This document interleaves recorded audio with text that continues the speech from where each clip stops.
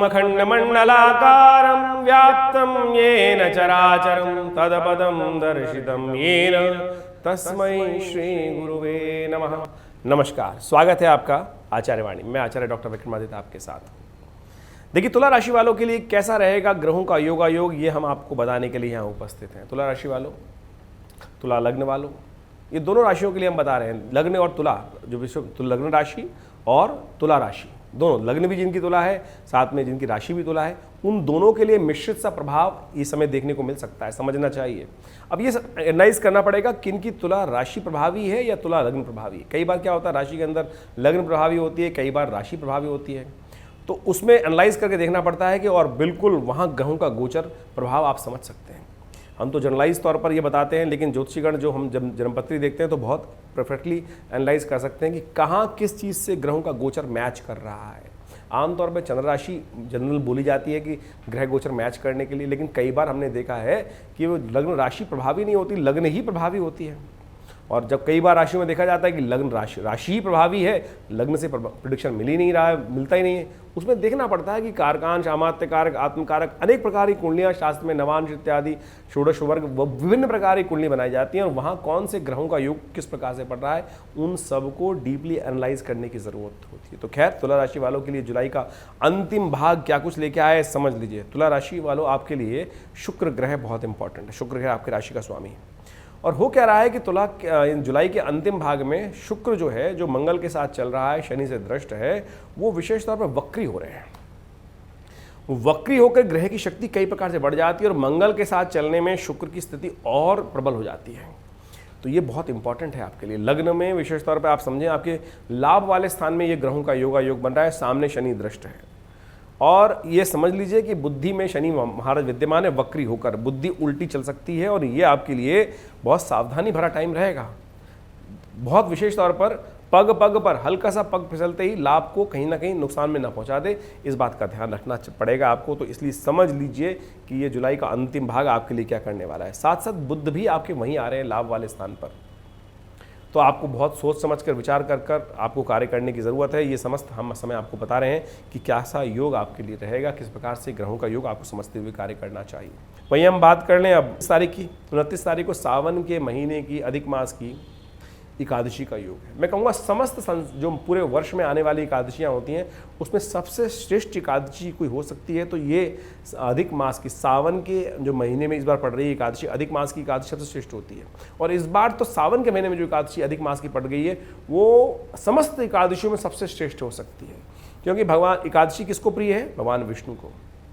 और इस वक्त महीना चल रहा है सावन का, सावन में अधिक मास आ गया है। भगवान विष्णु के इष्ट कौन है, शिव, उनका स्तवन कर आप भगवान विष्णु को प्रसन्न कर सकते हैं।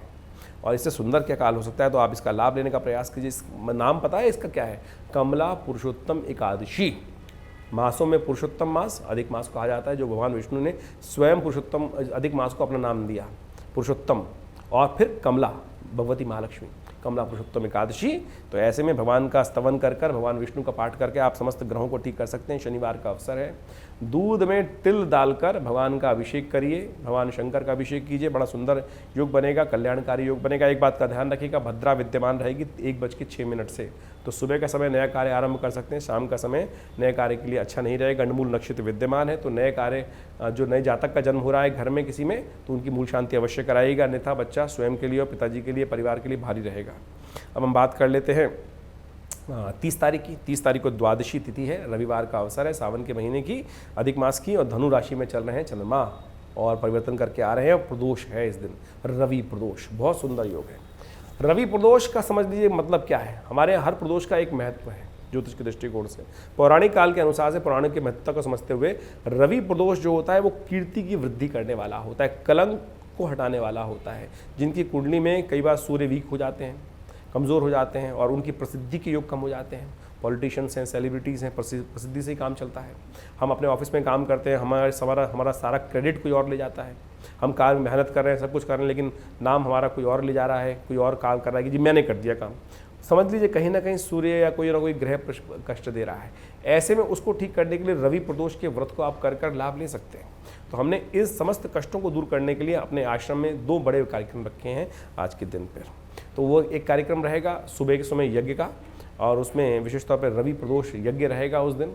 और उस दिन आप विभिन्न मंत्रों का ब्रह्मा नवग्रहों को शांत करने के लिए बड़ा श्रद्धा से यज्ञ इत्यादि किए जाएंगे, उसमें आप सम्मिलित हो सकते हैं, भगवान का ध्यान कर पूजन करके लाभ ले सकते हैं। तो इसमें आप अपना स्थान आरक्षित कराने के लिए नीचे दिए फ़ोन नंबर्स पर संपर्क साध सकते हैं। दूसरा कार्यक्रम रहेगा शाम के समय, क्योंकि प्रदोष है, शाम का समय प्रदोष काल कहलाता है। ऐसे में भगवान विष्णु शंकर की जो उपासना का कम समय जो है वो संध्या काल ही है। उस समय ही भगवान का विशेष तौर पे दिन भर में कर सकते हैं, लेकिन शाम को सबसे श्रेष्ठ, यानी उस समय पुण्य काल वही है। प्रदोष सूर्य अस्त होने के बाद अंधेरा होने से पहले का जो प्रदोष काल है, उस समय में हमने विवेकानंद योगाश्रम में बड़ा सुंदर तरीके से रुद्र अष्टाध्यायी के द्वारा रुद्राभिषेक रखा है। आप सब लोग उसमें सादर आमंत्रित हैं। जो लोग उसमें भाग लेना चाहते हैं, सब लोग आश्रम में आकर उस रुद्राभिषेक में भाग ले सकते हैं। भगवान शिव का रुद्राभिषेक कर सकते हैं, दूध के द्वारा, घी के द्वारा, शहद के द्वारा, मक्खन के द्वारा, अनेक प्रकार की औषधि के द्वारा सब लोग वहाँ पे सुंदर कार्यक्रम रहता है। आप सब उसमें सम्मिलित होकर लाभ लें, कल्याणकारी योग बनेंगे। इस दिन सर्वार्थ सिद्ध योग विद्यमान है, वो बड़ा कल्याणकारी है। सुबह 5:42 से लेकर शाम तक वो योग विद्यमान रहेगा। नया कार्य आरंभ करने के लिए सुंदर तिथि बनी हुई है। ग्रहों का योगा योग भी अनुकूल है, विशेष तौर पर पराक्रम करने का अवसर बन सकता है। बहुत नए कार्य अवसर आपको प्राप्त होने योग बनते दिखाई दे रहे हैं। धन आगमन के योग दिखाई दे रहे हैं। साथ साथ एक बात का ध्यान रखना है कि बेकार के चक्करों में मत फंसिएगा। बहुत सारे लोग आपके समय को बर्बाद करने के लिए बेकार के कामों में आपको लगा सकते हैं। भैया अरे मैं थोड़ा परेशान हूँ, तू थोड़ी हेल्प कर दे। इस चक्कर में फंसेंगे ना तो आपके कार्य लाभ की जगह आपके समय को बर्बाद कर देंगे। अपने काम में थोड़ा स्वार्थी बनकर काम करने का प्रयास कीजिए। पराक्रम दिखाने का अवसर है, सहयोग लोगों का मिल सकता है। अपने कार्य में करेंगे तो पूरी तरह से उसको लाभ लेने की स्थिति बना सकते हैं। उपाय हमने आपको बताया क्या क्या करने हैं, वो आप करें, कल्याणकारी योग बनेंगे। 31 तारीख की ग्रहों की गणना विशेष तौर पर दिखाती है कि इस दिन पंचांग के हिसाब से बहुत सुंदर तिथि है। त्रयोदशी और चतुर्दशी का संयुक्त योग है, लेकिन चतुर्दशी हो गई है क्षय और सोमवार का अवसर है। पुरुषोत्तम मास जो सावन के महीने में इस बार पुरुषोत्तम मास पड़ रहा है, उसका सोमवार, सावन का सोमवार वैसे ही बड़ा पुण्यदायक होता है, उसको छोड़ना नहीं चाहिए। नित्य प्रति भगवान का अभिषेक यदि नहीं कर पा रहे हैं तो कम से कम सावन के सोमवार पे अवश्य करने का प्रयास करना चाहिए। ये तो उससे भी अधिक है। पुरुषोत्तम मास सावन के महीने में जो पड़ा है उसका सोमवार है और संधि काल है। त्रयोदशी और चतुर्दशी तिथि है, चतुर्दशी क्षय है। क्षय तिथि में एक बात ध्यान रखना चाहिए कि नए कार्य आरंभ नहीं करने चाहिए, लेकिन पूजन के लिए सबसे श्रेष्ठ कार्य है। तो ऐसे में हमने विवेकानंद योगाश्रम में बड़ा रुद्राभिषेक रखा है। आप सब लोग इसमें सम्मिलित हों। सुबह शाम को 6 बजे से लेकर रात्रि के 8 बजे तक बड़ा कार्यक्रम रहेगा, उसमें सम्मिलित होकर लाभ ले सकते हैं, कष्टों को दूर करने के योग बना सकते हैं। ग्रहों का योग आपके लिए अनुकूल बना हुआ है। धन आगमन की स्थिति दिखाई दे रही है, कार्यों में सफलता की स्थिति दिखाई दे रही है, लाभ की स्थिति दिखाई दे रही है। यदि उपयुक्त तरीके से काम करेंगे, बहुत ऑर्गेनाइज होकर काम करेंगे तो पूरी तरह से आप अपने कार्यों को, जो रुके हुए कार्य उनको पूर्ण कर सकते हैं। खैर, कोई समस्या हो इसके अलावा अपनी जन्मपत्री में कोई विचार विमर्श करना चाहते हैं तो आप फ़ोन नंबर्स लेकर संपर्क साध सकते हैं। फ़ोन नंबर्स आपके सामने स्क्रीन पर चल रहे हैं। धन्यवाद।